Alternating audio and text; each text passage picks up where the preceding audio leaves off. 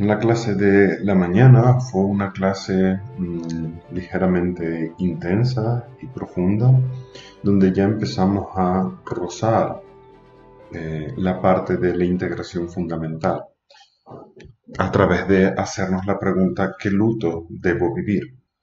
En este curso nos vamos a hacer dos preguntas principales. La primera de ellas es la que les enseñé en la clase de la mañana. ¿Qué luto debo vivir para permanecer completo, para permanecer autocontenido? Am, la clase de ahora no voy a continuar con esa enseñanza. Necesitamos reposarla, asentarla, digerir. Para muchos fue un impacto, un shock, las vivencias de la clase de la mañana. Necesitamos tiempo para digerirlo. Y todavía hay un nivel más de profundidad al cual quiero llegar con esa clase, pero, o sea, perdón, con esa enseñanza, no con esa clase, pero lo vamos a trabajar en un par de semanas. Ahora estamos en el proceso de despegar el curso, de prepararnos y bueno, pues va a ser una pregunta que nos vamos a estar haciendo y preguntando durante todo el curso. Entonces, ahora para cambiar un poco la dinámica, vamos a estudiar la siguiente letra del alfabeto hebreo. Antes que nada, leí en el grupo de Facebook una pregunta interesante que decía, ¿de dónde viene el alfabeto hebreo? ¿De dónde salió? Bueno, desde el punto de vista más técnico como tal, el alfabeto hebreo es una de las enseñanzas principales de la Cábala. Pero aquí ahora les hago una aclaración. Algunos creen que la Cábala pertenece al judaísmo y esto es un error. Es al revés. La Cábala nació muchísimo antes que el judaísmo. Entonces, todos los judíos practican o estudian la Cábala, pero todos los cabalistas no somos judíos. Soy cabalista, pero no soy judío, porque la Cábala es mucho anterior al judaísmo. Incluso en muchos lugares que hay centros de Cábala, el Kabbalistic Center, que es muy famoso en algunos países, incluso en esos centros, pues la Cábala que estudian es la Cábala judía, no la Cábala, digamos, de Melquisedec, que es el origen. Aún así, el significado de las letras, y hay muchas cosas en parecido. Sin embargo, en la Cábala, desde mi punto de vista, hay un poco más un poco no, hay libertad.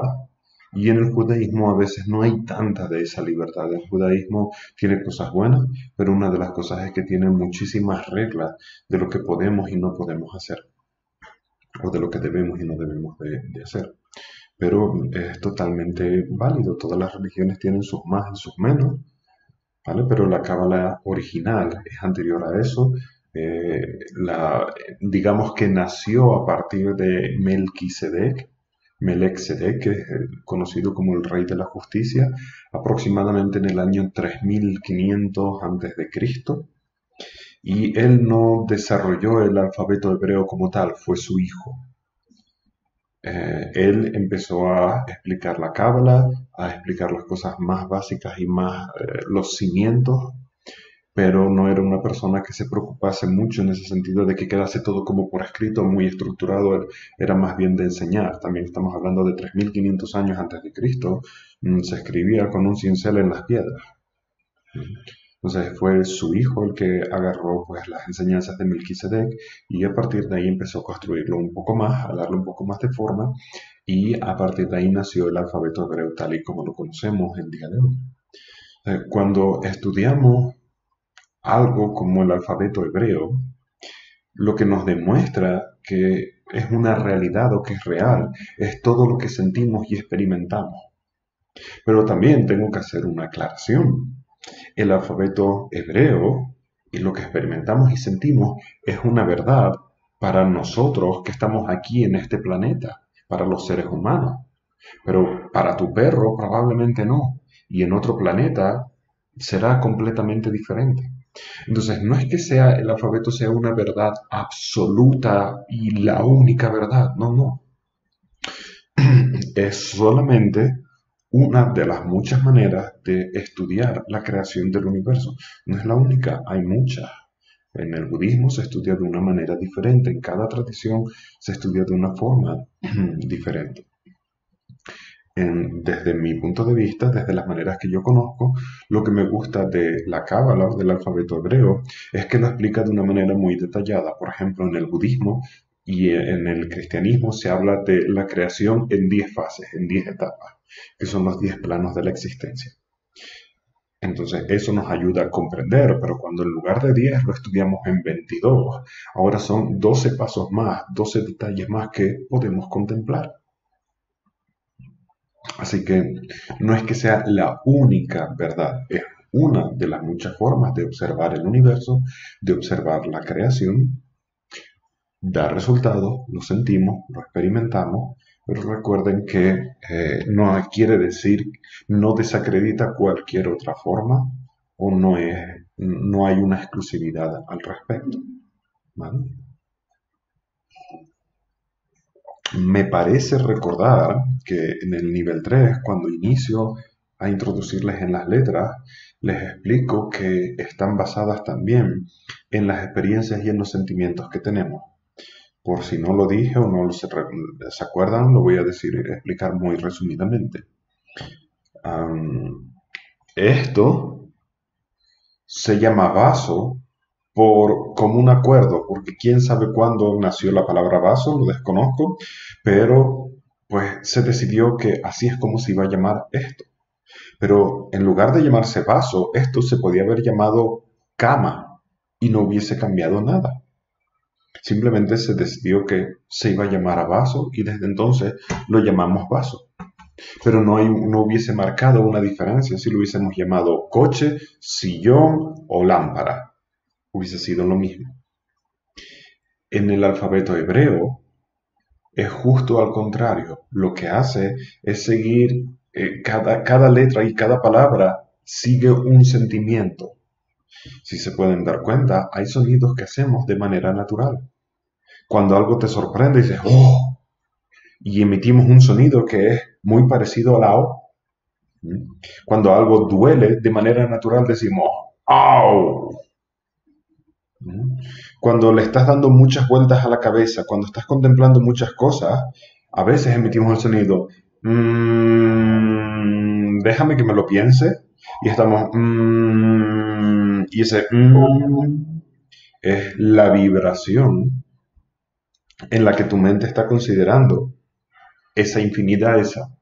Y la M es una letra que todavía no hemos estudiado, la agarré de ejemplo porque pensé que ya la habíamos estudiado, pero la estudiaremos en un par de semanas, es la letra de la inmensidad. Pero lo hacemos de manera natural. Cuando quieres saber algo, dices, ¿eh? ¿Qué dijiste? Y el sonido es la E. La E quiere decir sabiduría. ¿Okay? Obviamente, cuanto más va evolucionando el idioma que hablamos, menos va siguiendo estos sonidos universales, pero de manera natural, así es. Por ejemplo, el sonido ma o pa. Hay una diferencia entre la M y la P. ¿Okay? La M es más suave, mientras que la P hay un impacto mayor. Y por lo general, la energía femenina de mamá siempre es más suave y la energía del papá siempre es un poco más intensa, como con más causar algo, como con más impacto. Así que de manera natural también decimos mamá, papá. Y como esto hay muchísimos, no todas las palabras del diccionario del español o del inglés, de los idiomas más comunes, siguen esto. De hecho, la mayoría no lo siguen, pero hay algunos que sí. Hay muchas palabras que sí siguen esta dinámica. Entonces, así es como se formó el alfabeto hebreo y es lo que nos ayuda a comprenderlo desde esta dinámica. Así que gracias a quien hizo esa pregunta, porque así nos sirve de repaso y de recordatorio. Y ahora podemos continuar. Nos hemos quedado en... Voy a abrir la pizarrita, compartírsela.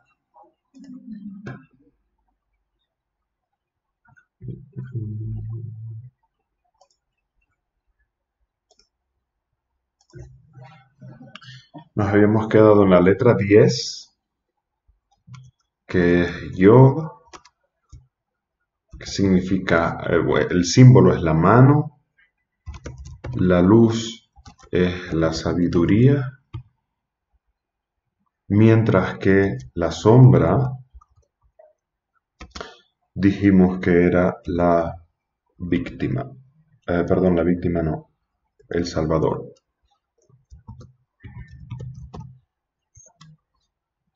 Ahí es donde nos habíamos quedado hasta el finalizar el nivel 3. La mano y el 10 es el símbolo de la sabiduría, porque tienes la posibilidad de hacer cosas, de utilizar las manos. Y les comentaba, y lo repasamos la semana pasada, el poder desde la vacuidad, un gran poder explotó, Aleph, el toro, y empezó a organizarse, estructurarse, y de ahí su expansión, Gimel, que empezó a tomar forma, Dalet, y a través de tomar forma empezaron a surgir todas las posibilidades, que es G, la ventana. Y ahora esas posibilidades se empiezan a unir unas con otras, y esa unión es el gancho, Baf. A partir de ahí, todo ese conjunto de potenciales empiezan a formar la espada, Zain, tener una herramienta. Cuando tengo herramientas, siento que puedo tener éxito, lograr lo que sea. Y tenemos Jre, la fila infinita de árboles, el infinito, el tener éxito. Tener éxito implica que ahora hay recursos, hay sustancia, el barro de Tet. Y ahora que hay sustancia, el universo puede hacerse sabio. Y tenemos yo, la mano. Antes de que haya sustancia en el paso 9, el universo no es sabio. ¿Por qué? Porque no hay nada que pueda ser sabio todavía. Recuerden que desde el punto de vista de la creación, tal y como lo estamos estudiando, todavía no existe la materia tangible. Estamos muy cerquita. La materia tangible sucede en el paso 14. Estamos en el 10. Ya casi llegamos a que exista la materia donde la podamos tocar. Pero todavía no estamos ahí. La primera sustancia que surge es en el paso 9 con el barro. Pero ¿qué es esto de sustancia? Es conciencia densificada, pero todavía no es tangible. Si recuerdan, cuando les explico el elemento tierra, les digo el elemento tierra es la capacidad de crear, es la idea de crear y de producir. Y siempre creamos primero a nivel mental y luego se materializa. El ejemplo que siempre les pongo. Cuando llega la hora de cenar y empiezas a pensar, ¿qué voy a cenar? Me voy a hacer unos espaguetis boloñesa. Esos espaguetis boloñesa ya existen. No te los puedes comer, no existen físicamente, pero ya existen en tu mente, ya están creados en tu mente.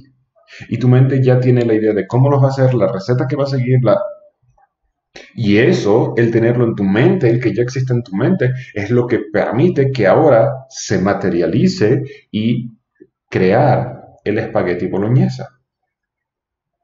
Bueno, pues de igual manera, hasta el paso 9, ni siquiera el universo tiene suficientes recursos para crear nada.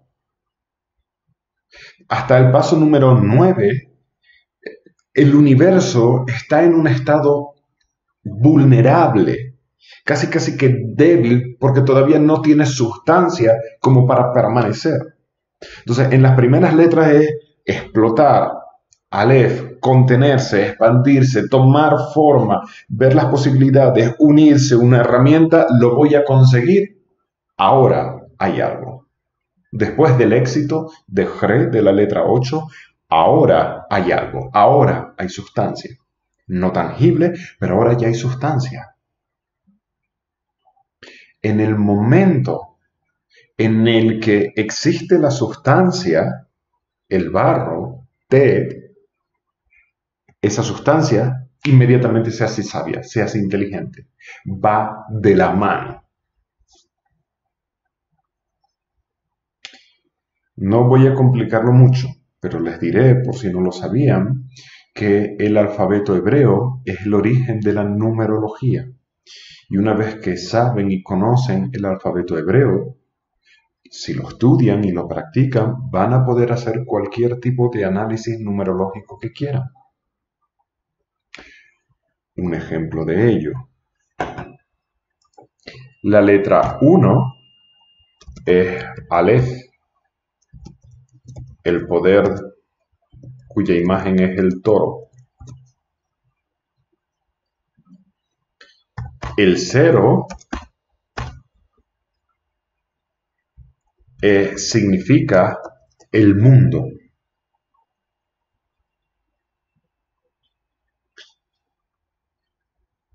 Uno, 0, quiere decir que todo ese poder que salió de la vacuidad, trata de recordarlo y de imaginarlo, todo el poder de la vacuidad que salió y explotó, ahora está en el mundo, está en todo.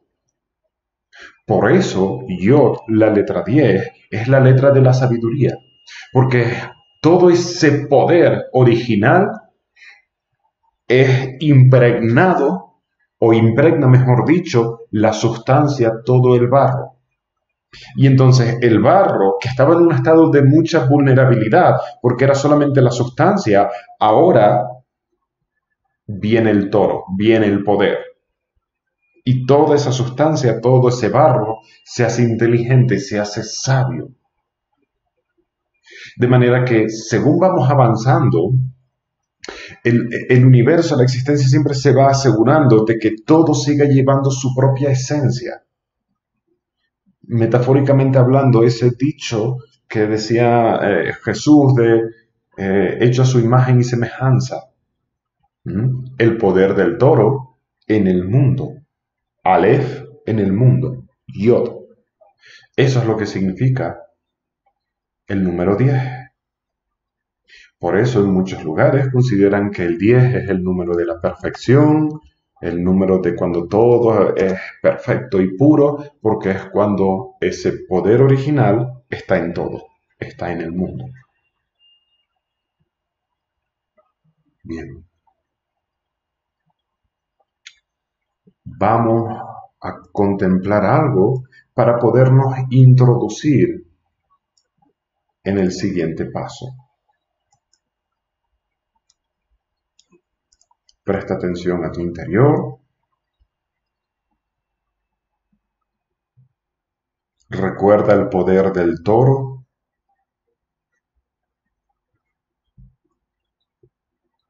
Aleph.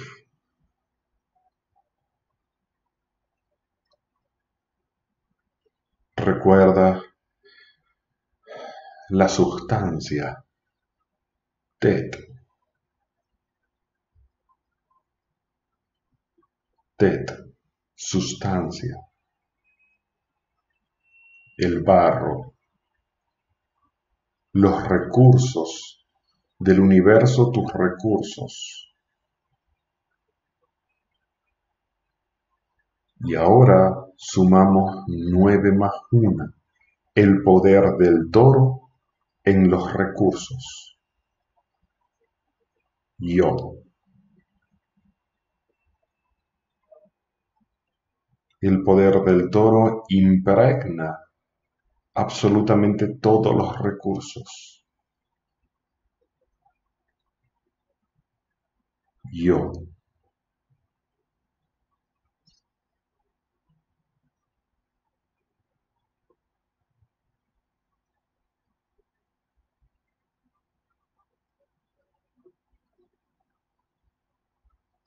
Lo cual quiere decir que la sabiduría nace de traer de vuelta el poder, de traer de vuelta Aleph.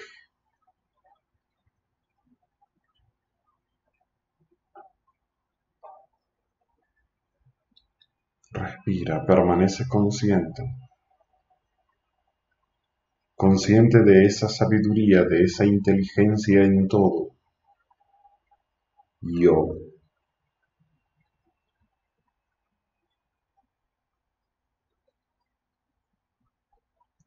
Yod,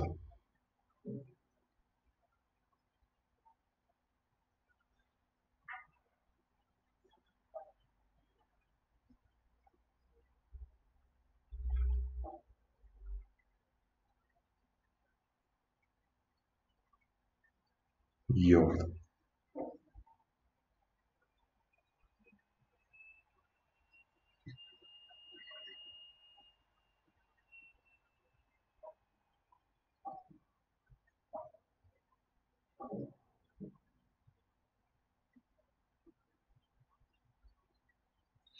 Y contempla de manera natural qué puede ser lo que siga a esta sabiduría. El universo se ha hecho sabio, el universo ahora es inteligente. Trata de sentir, sin nada en tu mente, trata de sentir qué es lo siguiente que puede estar haciendo la creación. Hay sustancia, hay sabiduría.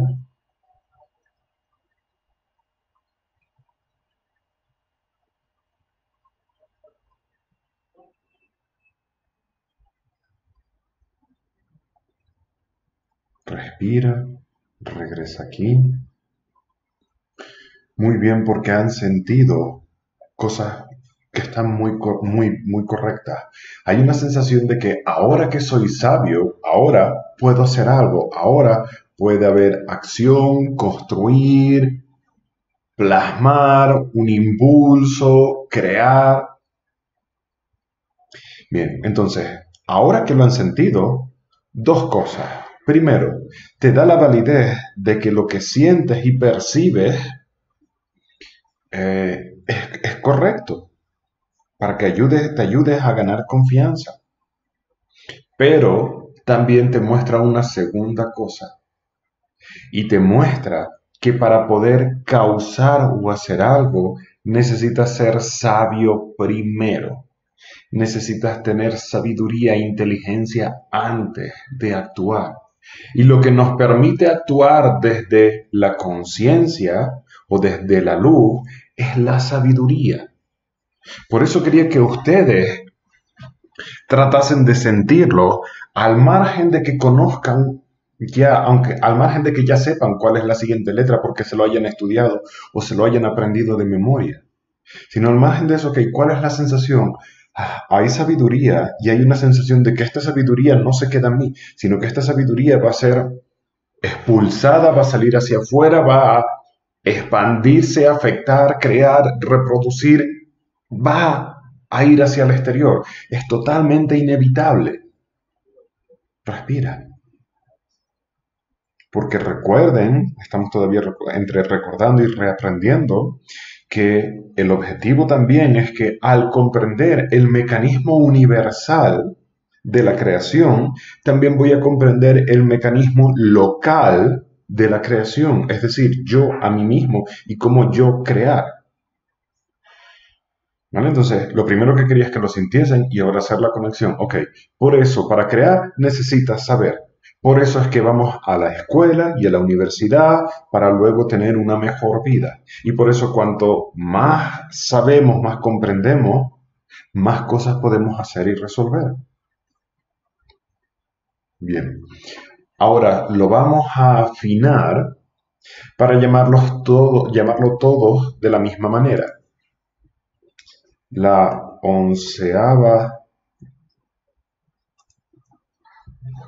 el paso 11 de la creación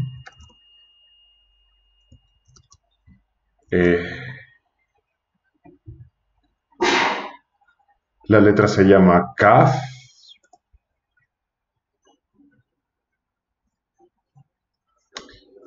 y un segundo, que tengo un montón de ventanas abiertas, ya. La letra se llama K. La imagen es la palma de la mano, ahora veremos el por qué. La luz es causar, la sombra es poder y la bondad es la amabilidad.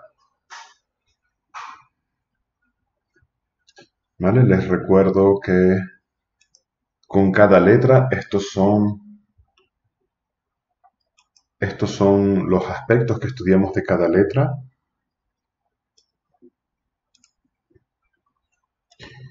El nombre de la letra, en este caso K, la imagen que es la palma de tu mano, no de tu mano, perdón, la palma de la mano. La luz es causar, el significado es causar. La sombra es la herramienta del poder, la herramienta del ego del poder, cuando decimos control, manipulación, poder. Y la bondad es la amabilidad. Bien, ¿por qué la palma de la mano?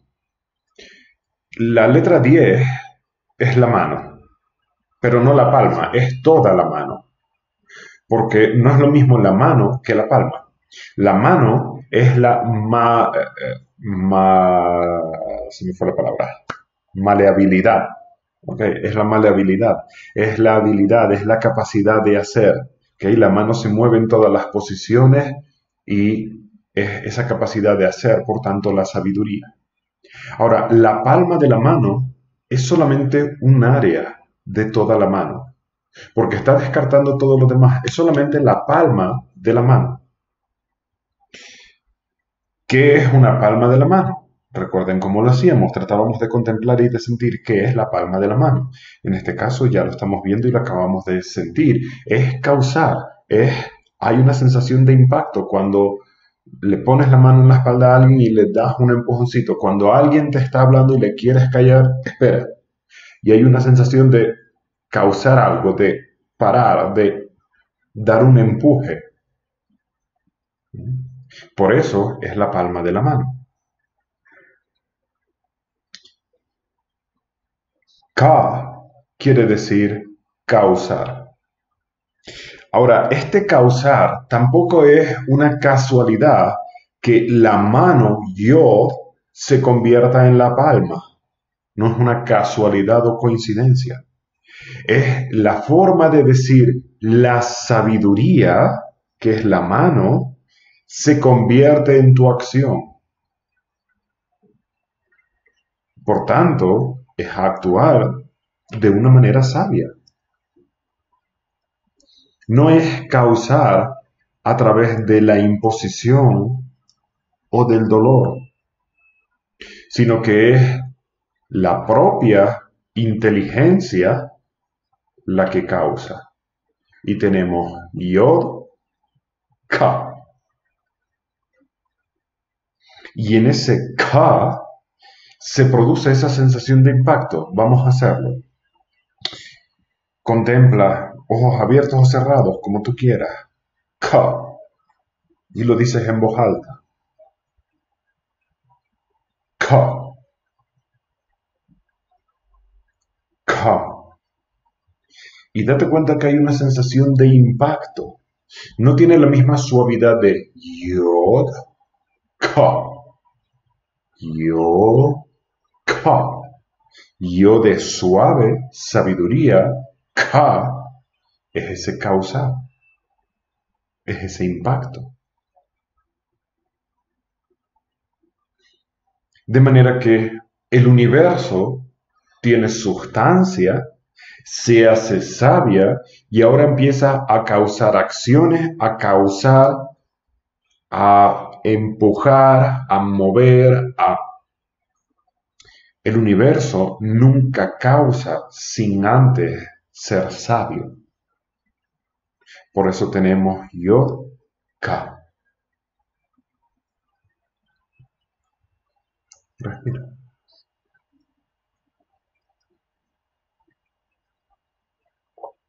Ahora, ¿qué es lo contrario de Ka? Perdón, de causar. Lo contrario de causar es el poder, pero el poder como imposición, como la máscara del ego que estudiamos del poder. Si se acuerdan, en el nivel 2 estudiamos el poder como cuando imponemos nuestra conciencia, nuestra voluntad sobre algo o sobre alguien. No de una manera compasiva, sino lo haces así porque te lo digo yo. Cuando tratamos de hacerlo a través de nuestra superioridad, a través de hacer al otro menos y ahora nos imponemos en ello.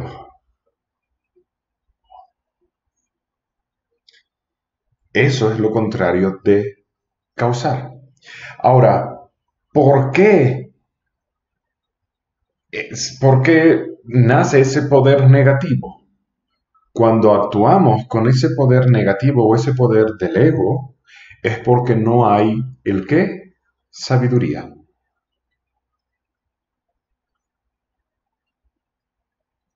Respira.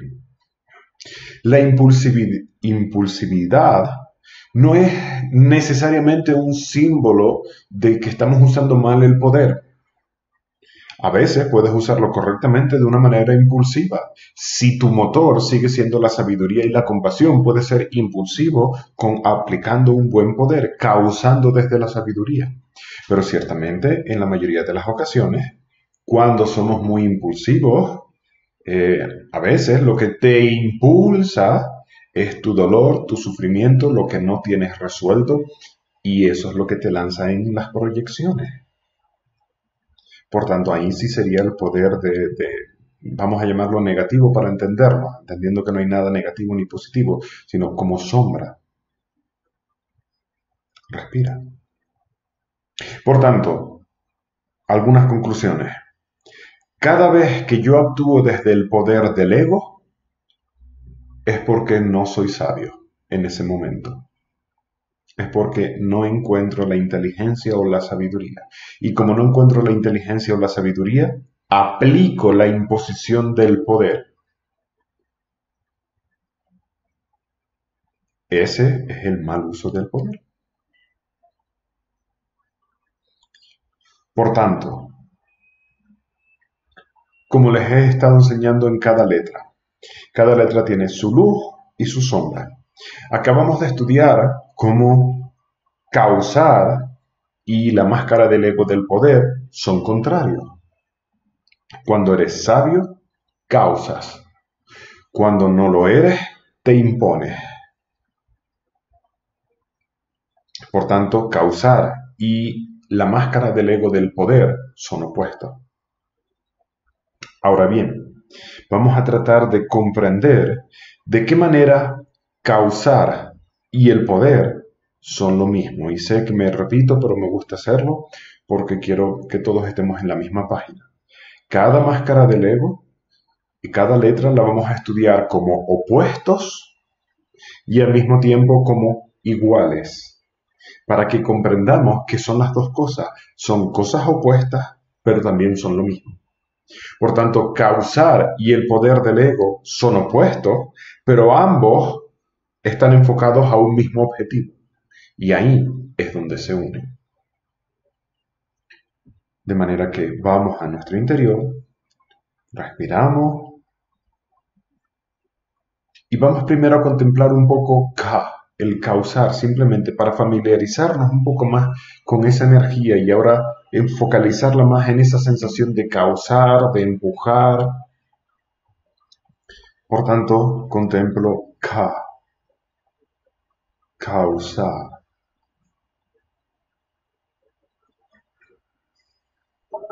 causar, ka.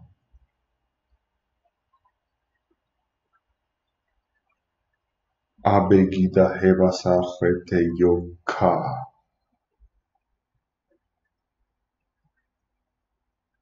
Esa sabiduría, yod, causando, ka.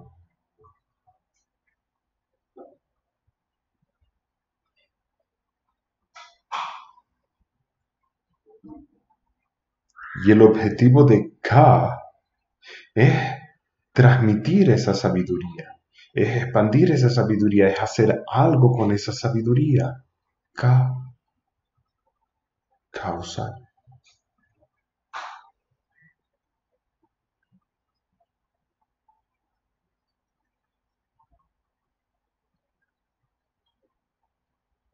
Ahora contempla cómo cuando actuamos desde la máscara del poder es porque estamos convencidos de que sabemos.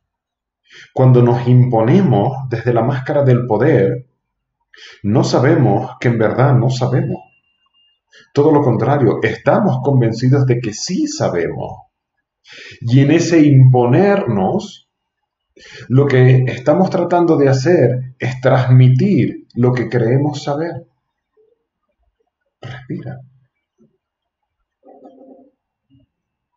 Cada vez que impongo mi voluntad, impongo mi poder, es porque una parte de mí se siente más sabia y siente la necesidad de transmitir esa sabiduría.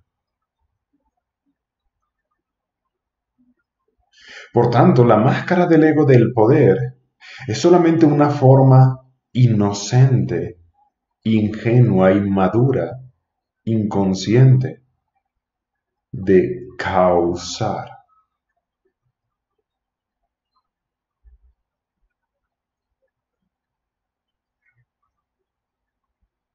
Pero a final de cuentas, la intención es la misma.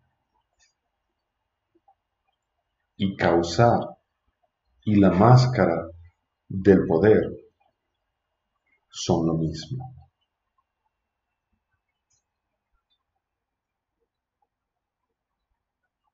Permanece ahí, contemplándolo. Causar, poder.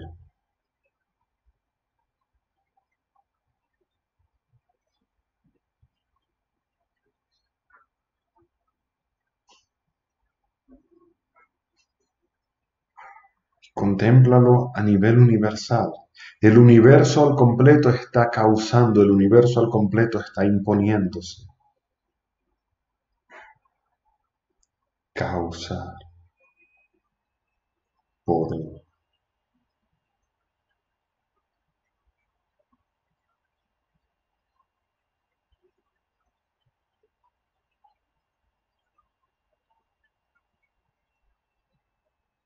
Permanece ahí contemplando, sintiendo, tratando de encontrar ese punto de unión, de unidad entre el causar y el poder.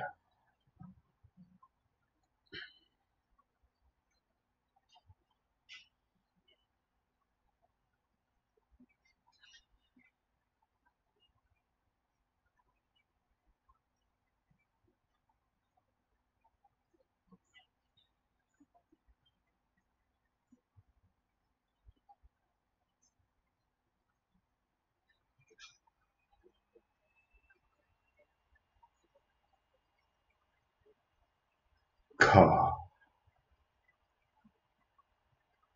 haciendo las paces y entendiendo que cada vez que te has impuesto o te impones, es solamente un intento de transmitir sabiduría. Es solamente un intento de causar algo desde la sabiduría. Un intento erróneo que causa sufrimiento, pero no hay maldad.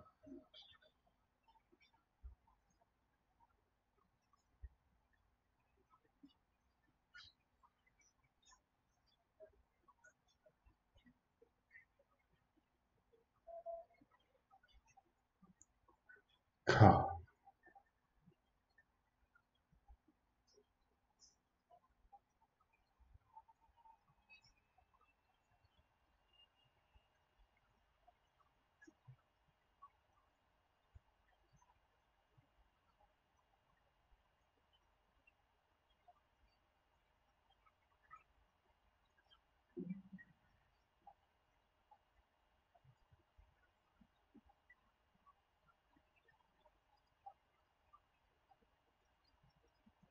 respira profundo, regresen aquí despacito. Me cuesta diferenciar este poder del toro. No sé si te refieres al poder negativo, al poder del toro, o si te refieres a la sensación de poder que da K con el poder del toro.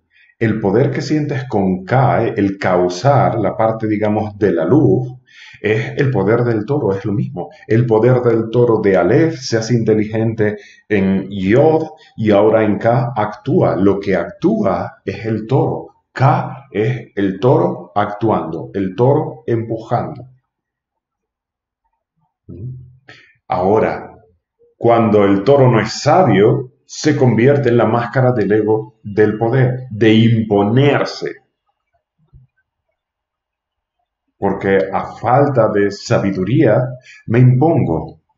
Mírenlo desde esta perspectiva. Cuando tienes una discusión, estás hablando a lo mejor con tu jefe, con alguien, y te da un argumento y tú se lo desmontas, y te da un argumento y tú se lo desmontas, y te da un argumento y tú se lo desmontas, y llega un momento en el que sientes que ya no tiene más argumentos, que se ha quedado sin sabiduría. ¿Qué es lo que hace? Bueno, pues se acabó. Yo opino así, las cosas se hacen así porque lo digo yo, o esto es lo que hay. Y ahora se quedó sin argumentos, sin sabiduría, y por tanto hace el cambio a imponerse. Porque pasó de el tratar de causar a través de dar sus argumentos a me quedé sin argumentos, me quedé sin sabiduría, no me queda de otra que ejercer la fuerza, imponerme. Y ahí vemos cómo pasó de un lado al otro, del causar al poder. Respiren.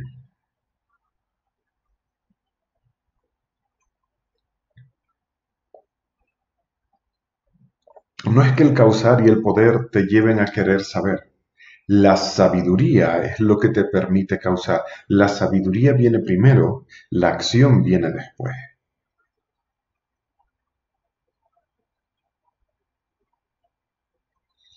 Miren cómo es la dinámica. En la letra previa, en Yod, tenemos la sabiduría. La sombra les dije que era el Salvador. Y cuando estudiamos esa letra les decía, es el Salvador, porque un Salvador siempre cree que se las sabe todas. Un Salvador siempre está convencido de que ya lo sabe todo, de que ya lo conoce todo, de que no necesita aprender nada más, de que... Y como se cree que ya tiene la sabiduría de Yod, ahora quiere salvar a todos. Eso es lo que les explicaba. Entonces, desde el punto de vista de la sombra, estamos en el rol del Salvador, por tanto no tengo sabiduría real, solamente creo que la tengo. Por tanto estoy en el rol del Salvador. Como estoy en el rol del Salvador, ahora te voy a salvar a través de imponerme, a través de ejercer el poder para sacarte a ti de tu ignorancia. Y entonces es como comprendemos cómo el Salvador en la letra 10 se convierte en el poder en la letra 11. Yo lo sé todo, obedéceme. Haz lo que yo te estoy diciendo porque yo lo sé todo. Yo sé lo que es bueno para ti. Y el Salvador se impone. Mientras que desde el otro lado, desde la pura sabiduría, lo que hay es un causar, sin una necesidad de imposición. Continuemos hablando de el poder desde todas estas dinámicas porque es muy útil. A veces consideramos que el poder es la aplicación de fuerza y que tiene más poder el que más fuerza aplica, tanto físicamente como en términos de recursos. Por ejemplo, una persona que tiene más dinero que otra se siente con más poder y aplica esa fuerza sobre el que menos tiene. Así que la aplicación de fuerza no es solamente física, que también, pero el aplicar esa fuerza también puede ser a través del dinero. Creo que a todos nos ha pasado el sentirnos humillados cuando una persona con un nivel económico mucho más elevado que el tuyo te hizo sentir mal porque tú no podías pagar algo o no tenías suficiente dinero y lo hicieron de una manera despectiva, mostrando su superioridad económica ante ti. Ahí estaban aplicando una fuerza. Eso es mal uso del poder. Estaban aplicando la fuerza de su dinero sobre ti. Eh, Es fácil de entender cuando hablamos de una fuerza física que se nos impone como un golpe o un insulto, pero también sucede con cualquier otro tipo de ¿qué? De recurso, de sustancia.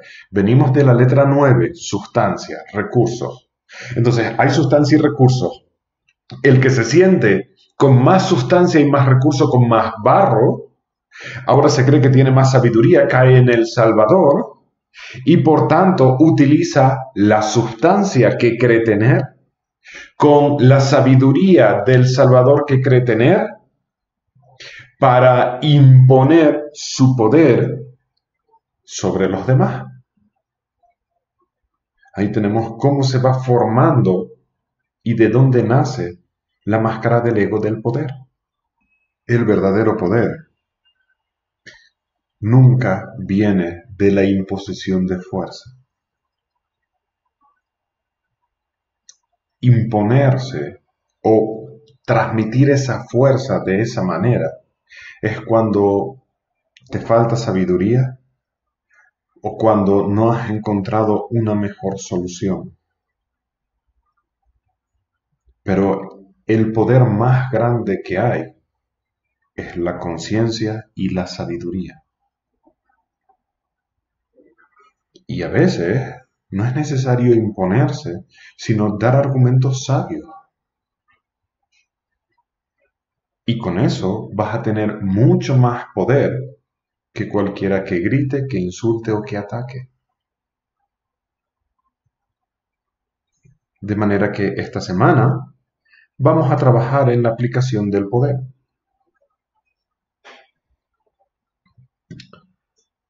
Pero vamos a trabajar a aplicar el poder desde la sabiduría. Y va a requerir un esfuerzo, porque la tendencia es aplicarlo desde la fuerza. Voy a poner un ejemplo real además. En la mañana les comenté, en la parte de qué luto vivir, algunas dificultades que están habiendo en el edificio en el cual vivo. Una de ellas es que los propietarios llevan 2 meses y medio pidiéndole a la constructora los planos del proyecto y la constructora no se los quería dar. Llevaban 2 meses y medio pidiéndoselos, se los pidieron, le hicieron un requerimiento legal para obtenerlos, la constructora se ha negado de todas las maneras habidas y por haber. Yo no, por mis viajes, no había estado nunca en una junta de vecinos. La semana pasada, el jueves, asistí por primera vez a una junta y me enteré que había ese problema y la constructora no quería dar los planos. El viernes en la mañana llamé por teléfono a la constructora, hablé con ellos y le hice entender las razones. Les hice comprender, les dije, miren señora, lo que están creando es una guerra y una pelea. Y esto no va a llevar a ningún puerto. Estar en un estado constante de pelear contra los propietarios y los propietarios contra ustedes no va a hacer que se solucione absolutamente nada. No es bueno para ustedes, no es bueno para nosotros. Ustedes quieren que pare la guerra, ustedes quieren que los vecinos dejen de sabotearles las ventas. Muy bien, hay que recuperar la confianza y hay pasos que hay que dar en los dos sentidos. De manera que lo que les pido es que den ustedes el primer paso y me den los planos. Fue tener esa conversación y a las 2 horas y media tenía los planos en mi mano. Llegué a la comunidad y les dije, señores, aquí están los planos que les llevan negando durante 2 meses y medio. Los vecinos no se lo podían creer. Ellos llevaban 2 meses y medio peleando, amenazando, presentando requerimientos legales, poniendo pancartas y tabloides por todo el edificio. Pero a nadie se le había ocurrido pedirlos bien, pedirlos de una manera educada, aplicar la sabiduría, sino que estaban tratando de hacerlo a través de la fuerza, a través de la imposición, a través de es tu obligación, me lo tienes que dar porque así lo dice la ley y bla, bla, bla, bla, bla, bla, bla.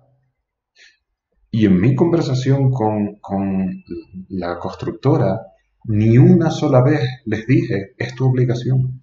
Ni una sola vez necesité utilizar el argumento de, si no, vamos a sabotear las ventas. No necesité hacer ni siquiera un aviso ni una amenaza. Solamente les hice entender que por el camino que iban no era bueno para nadie. Y inmediatamente cambiaron la actitud. Me dijeron, ven al mediodía a la oficina, te vamos a dar todos los planos. Danos un par de horas para sacarles fotocopias y te los damos. Se acabó el problema. Entonces, eso es una aplicación sabia del poder, donde todos se estaban desgastando a través de la imposición. Yo no me desgasté, fue literalmente una llamada de teléfono. No tuve que hacer absolutamente nada más. Cuando en la vida queremos aplicar el poder, lo que te da el poder es ser sabio. De manera que esta semana van a tratar de utilizar el poder de una manera sabia. Vas a tratar primero de identificar en qué situaciones o momentos te quieres imponer. Y cuando te das cuenta que te quieres imponer ante una situación, ante una persona, respiras. ¿Qué luto debo vivir? Y eso te va a ayudar a vivir ese luto, a calmar esa impulsividad, esa necesidad de imponerte. ¿Qué luto debo vivir? Y a partir de ahí, ok, ¿qué es lo sabio aquí? ¿Cómo aplico la sabiduría en esta situación? Y vas a tratar de aplicar todo el poder de una manera tremendamente sabia. Porque el objetivo es que puedan descubrir que el poder en realidad es súper suave. El poder no es violento, no es agresivo. A veces les decimos que el poder es intenso porque decimos ¡ca! Y suena como un golpe, como un impacto. Pero la realidad es que ¡ca! Es simplemente sabiduría aplicada. Eso es el poder. Sabiduría aplicada. Tremendamente pacífica, tremendamente suave. ¡Ca! Agarrar a alguien, hacerle entender, hacerle comprender, no a través de la fuerza, porque entonces ya nos hemos ido al otro lado, no es a través de me tienes que entender, porque estoy haciendo un ejercicio y tienes que entenderme, no. Si necesitas que alguien te entienda, ¿qué luto debo vivir? Tengo que vivir el luto de sentirme entendido. Entonces, si yo no necesito ser entendido, es cuando ahora puedo ayudarte a que entiendas. Y de ahí es de donde nace el verdadero poder. No desde la violencia, no desde la agresividad, sino de la sabiduría en sí misma. Respira. El objetivo, entre otros, es que descubran cuánto poder ganas cuando eres sabio y cuando tus acciones y tus palabras nacen de la sabiduría. Estás teniendo una discusión con tu pareja, miras la parte de ti que quiere imponerse, qué luto debo vivir, qué es lo sabio aquí, cómo puedo actuar con sabiduría en esta situación. Y vas a sentir, por supuesto que sí, todo lo que tu interior quiere explotar y quiere tener la razón y quiere... Obvio, claro que sí. ¿Qué luto debo vivir? Pisandara. ¿Qué es lo sabio aquí? Preguntan, ¿esa sabiduría o aplicar el poder de manera sabia implica también retirarse o soltar tener la razón? Por ejemplo, ¿qué hubiese sucedido si no me hubiesen dado los planos? Interesante pregunta. Sin embargo, es justo al revés. Porque antes de solicitar los planos, ya había vivido el luto, ya me había retirado. y ya me daba igual tener la razón o no, es por lo que los pude conseguir. El luto lo viví antes. La sabiduría se gana antes de la acción. Antes de esa llamada telefónica, lo que hice fue vivir mi luto. Mi luto por la decepción de todas las cosas que están mal, de todo lo que no han terminado, de todo lo que no han hecho. Vivir mi luto. Ahora, desde ese estado de autocontención, es que fui a hablar con ellos. Si no los hubiese conseguido a través de esa conversación, hubiese tratado de tener otra nueva desde otro punto de vista para volver a solicitárselo. Y si de plano no hubiese manera de hacer entender a la otra persona, que es a la otra parte a la que me estaba enfocando ahora o acercando ahora, hubiese sido dar el siguiente paso. Hay una realidad. Para algunas cosas que estamos resolviendo se necesitan los planos, ellos tienen la obligación de entregárnoslo, de manera que el siguiente paso era demandarlos como tal.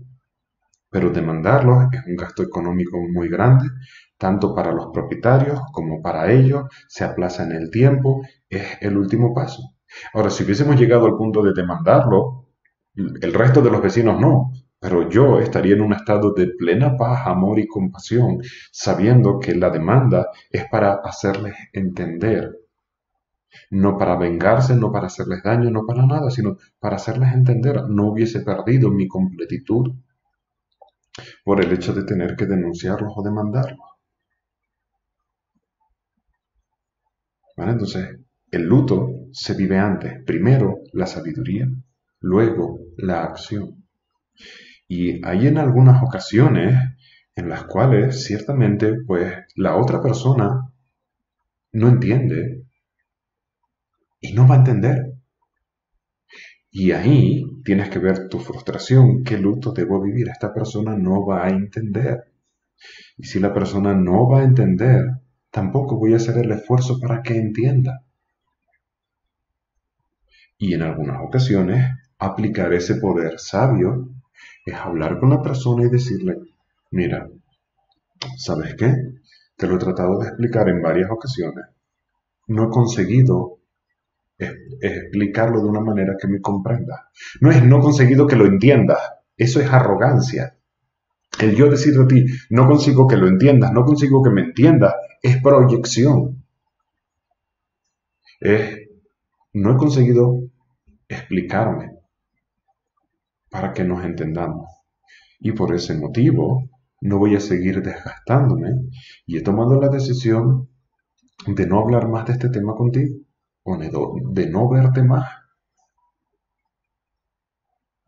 Y estás aplicando el poder de una manera sabia, pero sin agresividad, sin violencia, sino con determinación. No, no estoy dispuesto a seguir viviendo este tipo de situaciones, así que no voy a seguir participando en este juego. En algunas ocasiones es así. En otras ocasiones, como medida expeditiva, tenemos que intensificar ese poder. No ese poder, perdón. Tenemos que intensificar la manera de expresarlo. Y es en el último remedio en el cual tenemos que ir a ser más severos en la manera en la que nos expresamos. He dicho que no voy a entrar en ese juego y por tanto no lo voy a hacer. Y por más que me lo digas, no me vas a hacer cambiar de opinión. Pero el objetivo es ir de menos a más. Y aun cuando te estás tratando ya de... No te estás... Cuando utilizas este poder de manera severa, cuando yo lo utilizo, no me estoy imponiendo sobre nadie. Me estoy imponiendo yo, pero no sobre nadie, simplemente estoy ejerciendo mi libertad, estoy ejerciendo mi libre albedrío. He dicho que no, y no importa cómo me trates de convencer, no quiero, y no lo voy a hacer, y tu frustración es tuya, y ni siquiera quiero volver a hablar del tema, se acabó. pero no me estoy imponiendo sobre la otra persona, como cuando les digo, si alguien te grita y te molesta que te grite, le haces entender que no es agradable que te griten. Tú tienes que entender primero que esa persona no elige gritar. Si te está insultando y atacando constantemente y esa persona no lo comprende, el causar es decirle, mira, no quiero seguirte viendo porque cada vez que nos vemos discutimos y nos peleamos. Así que con permisito, que te vaya bonito en la vida. Y tomas tu distancia. Respira. Leo algunas de sus preguntas. ¿Cómo te detienes si te das cuenta que estás aplicando el poder desde el punto de vista negativo por haber caído en El Salvador? Bueno, cuando te das cuenta, respiras, haces tu mayor esfuerzo por tratar de permanecer consciente de que estás consciente y tratas de ejercer tu fuerza de voluntad para dejar de ejercerlo de esa manera. Luego, a partir de ahí, viene qué luto debo vivir aquí, qué luto tengo que vivir para no volver a ejercer mi poder de esta forma. Con los adolescentes es una de las preguntas más comunes que recibo, tanto como por parte de los docentes como por parte de los padres. Desafortunadamente, la manera en la que lo hacen es a través de imponer erróneamente el poder, a través de la autoridad.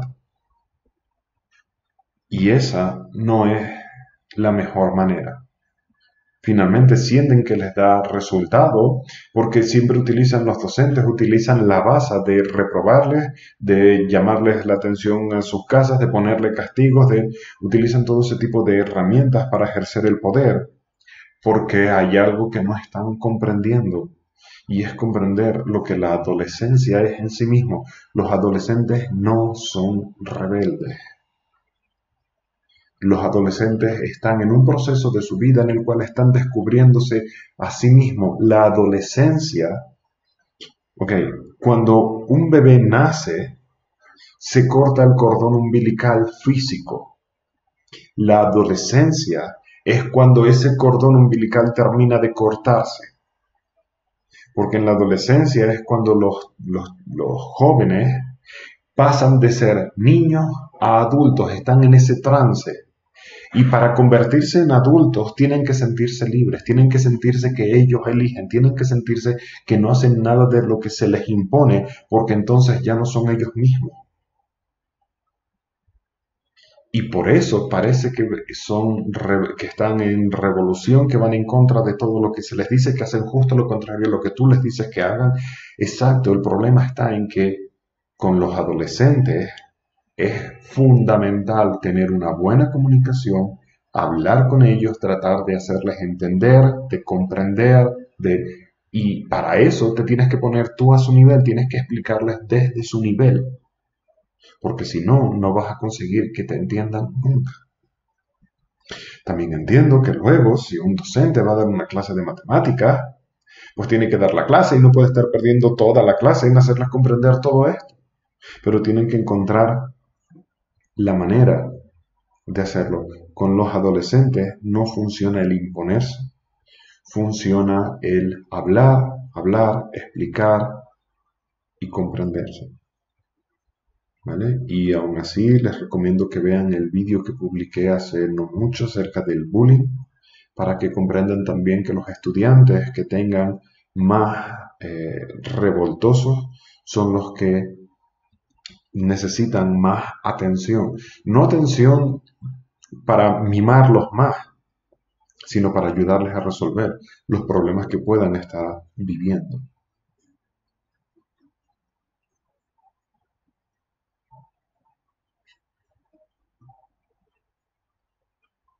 Entonces, dentro de la misma dinámica, ¿qué luto tengo que vivir? ¿Qué luto tengo que vivir? Porque con mi hijo de 17 años todo es una constante lucha. Si quieres que tu hijo, primero, si quieres enseñarle a tu hijo acerca de la importancia de ser ordenado, primero tienes que vivir tú el luto de que no lo es y vivir el luto de la importancia de ser ordenado. Porque no es que hayan grandes beneficios con el ser ordenado. Respira. Y cuando quieres enseñarle la importancia de ser ordenado, estás tratando de imponerle porque a ti te gusta el orden y te desespera que sea desordenado.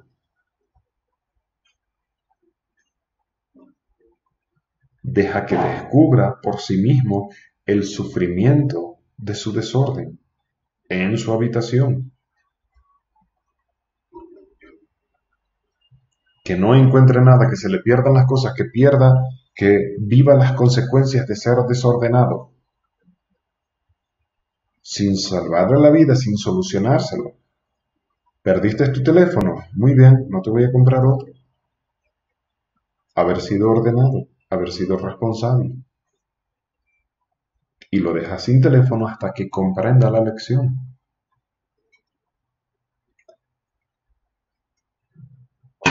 Pero lo primero es, ¿qué luto debo vivir yo?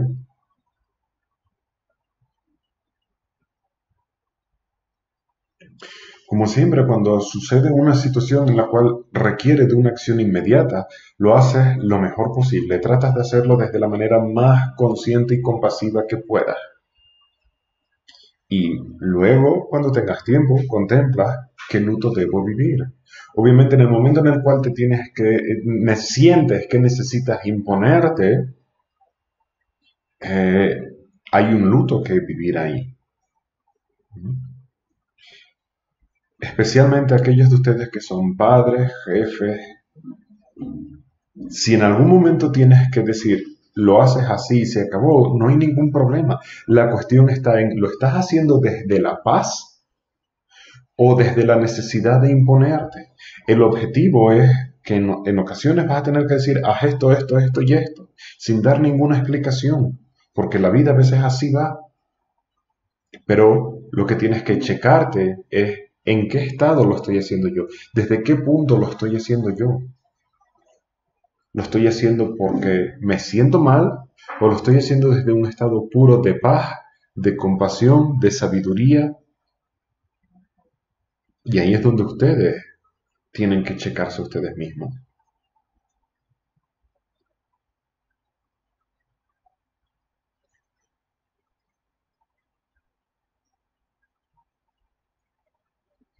Respiren.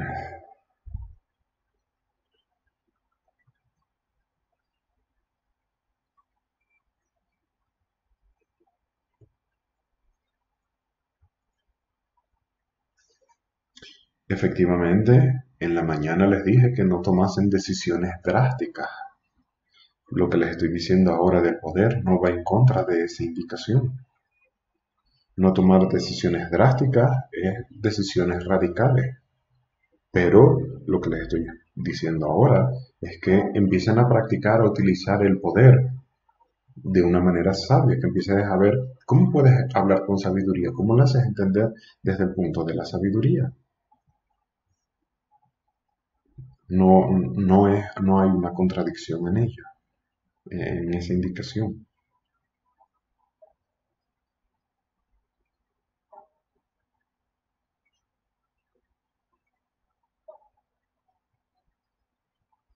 Si en una pelea al rendirme y dejar de pelear es como se obtuvo una solución más pacífica y compasiva para ambos, si aún hay dolor al recordar la situación es porque aún hay duelos por sentir.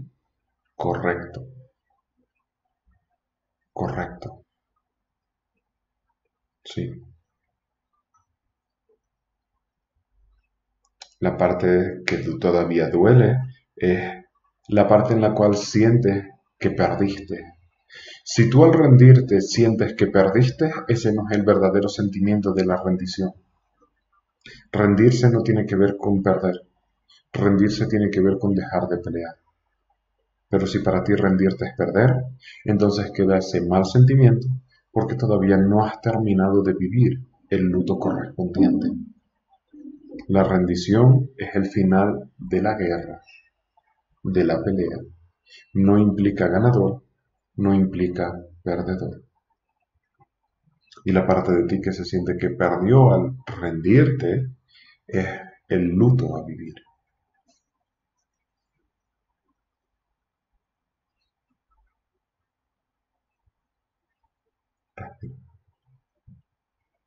¿vale? Bien, entonces, tareas para esta semana. Vamos a estar contemplando las integraciones, vas a hacer Bisantara en qué luto debo vivir en cada una de las situaciones que vayan despertándose o los temas que todavía no has terminado de resolver. Y vas a realizar el ejercicio de qué luto tengo que vivir en esa situación con todo lo que les guié esta mañana y vas a tratar de, enfocado en esa situación, sentirte completo. Esta mañana me hicieron una pregunta, no me dio tiempo de contestarla, también porque fueron muchas cosas, y yo les dije, sentirte autocontenido en esa situación. Me preguntaron, ¿qué quiere decir eso de sentirse autocontenido en esa situación? Bueno, cuando tienes un problema y no has vivido el luto, no estás autocontenido. No estás autocontenido ante esa situación o ante esa persona. De manera que vives el luto, regresas a tu interior, ves los vacíos que quedan en ti por esa situación o persona, y lo que va a hacer esto es que ese vacío que hay en tu interior generado por esa situación o persona es lo que ahora se va a autocontener. Por tanto, voy a estar autocontenido ante esa situación o persona. Lo cual quiere decir que esa situación o persona va a dejar de jalar de mí y yo de él. Eso es lo que quiere decir estar autocontenido ante esa situación, circunstancia, problema o persona. Por ejemplo, si a mí me afecta lo que mi papá piense de mí, voy a vivir el luto. Y al vivir el luto voy a descubrir que cuando mi papá opina sobre mí, no me siento autocontenido, pierdo mi autocontención cuando mi papá opina acerca de mí. Por tanto, voy a vivir el luto correspondiente. Ese luto me va a mostrar el vacío que trato de llenar a través de que mi padre me valore. Y una vez que encuentre ese vacío y lo acepte vivir y abrazar y autocontenerme en esa experiencia, ahora es cuando por fin la opinión de mi papá va a dejar de jalarme y yo de jalarlo a él.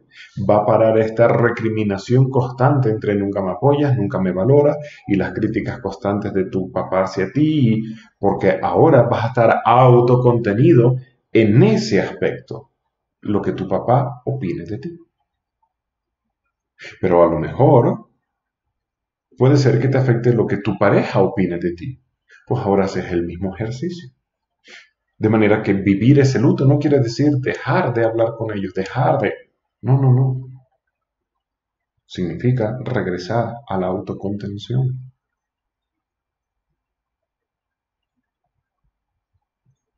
¿Vale? Pongo otro ejemplo acerca de qué luto debo vivir. Supongamos que con tu pareja tienes la costumbre de comer siempre juntos. Y al mediodía o en la noche suelen llegar a distintas horas de sus trabajos, se suelen esperar. Generalmente el primero que llega prepara la comida o la cena para ambos, como lo tengan organizado, y cenan juntos. Y digamos que esa ya es una costumbre que tienen en su relación y llevan haciéndolo así cierto tiempo.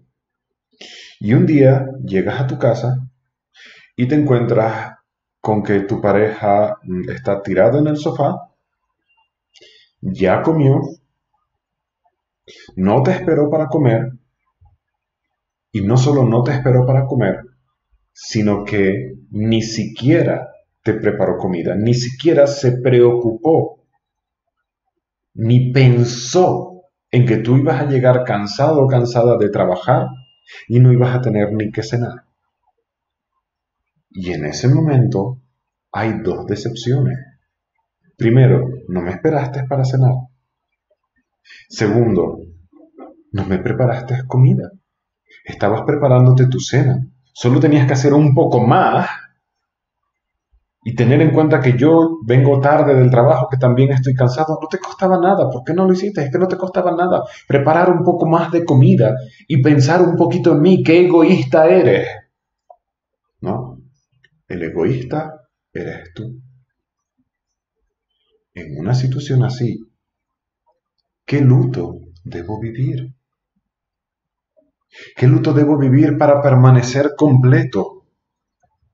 Ah, mi comida es mi responsabilidad.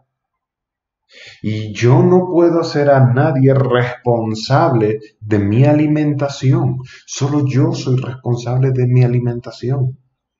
Y cada día que mi pareja me espera para cenar, lo disfruto y lo celebro. Y cada día que mi pareja se acuerda de mí y me prepara la comida o la cena, lo disfruto y lo celebro. Y cada día que no lo hace, ¿qué luto debo vivir para permanecer completo? Mi comida es mi responsabilidad. Y entonces llega, ves a tu pareja. Ah, ¿ya comiste, cariño? Sí. Bien, me alegro de que no me esperases si tenías hambre. ¿Hay algo de cena para mí? Pues no, no pasa nada, mi amor. Yo me preparo algo. Y te preparas la comida. Porque fíjense cómo es.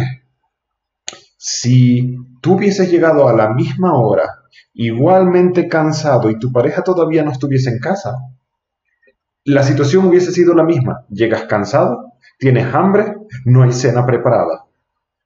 Y si tu pareja no estuviese en casa o no tuvieses pareja, no te enfadaría, simplemente te prepararías tu dichosa cena. ¿Qué luto debo vivir para permanecer completo? Mi pareja no tiene por qué cuidar de mí. Mi pareja no tiene por qué prepararme la cena. ¿Qué luto debo vivir para permanecer autocontenido y permanecer completo? Y no quiere decir mandar a la chingada a tu pareja por eso, ¿no? ¿Qué luto debo vivir? Mi alimentación, mi responsabilidad. Ah, voy a la cocina, me preparo mi cena. ¿Hay que vivir el luto de un abuso sexual? Sí, tanto si lo has recibido como si lo has hecho. Por supuesto que sí. Cada uno va a empezar a vivir los lutos que vayas sintiendo y que vayas identificando. Ok, entonces esas son las tareas con respecto a la parte de vivir el luto. Con respecto al poder va a ser contemplar lo de siempre, unos minutos de K, unos minutos de el poder como máscara del ego universal y ver de qué manera puedes empezar a aplicar el poder de una manera sabia. En cada dolor hay un luto que vivir, correcto.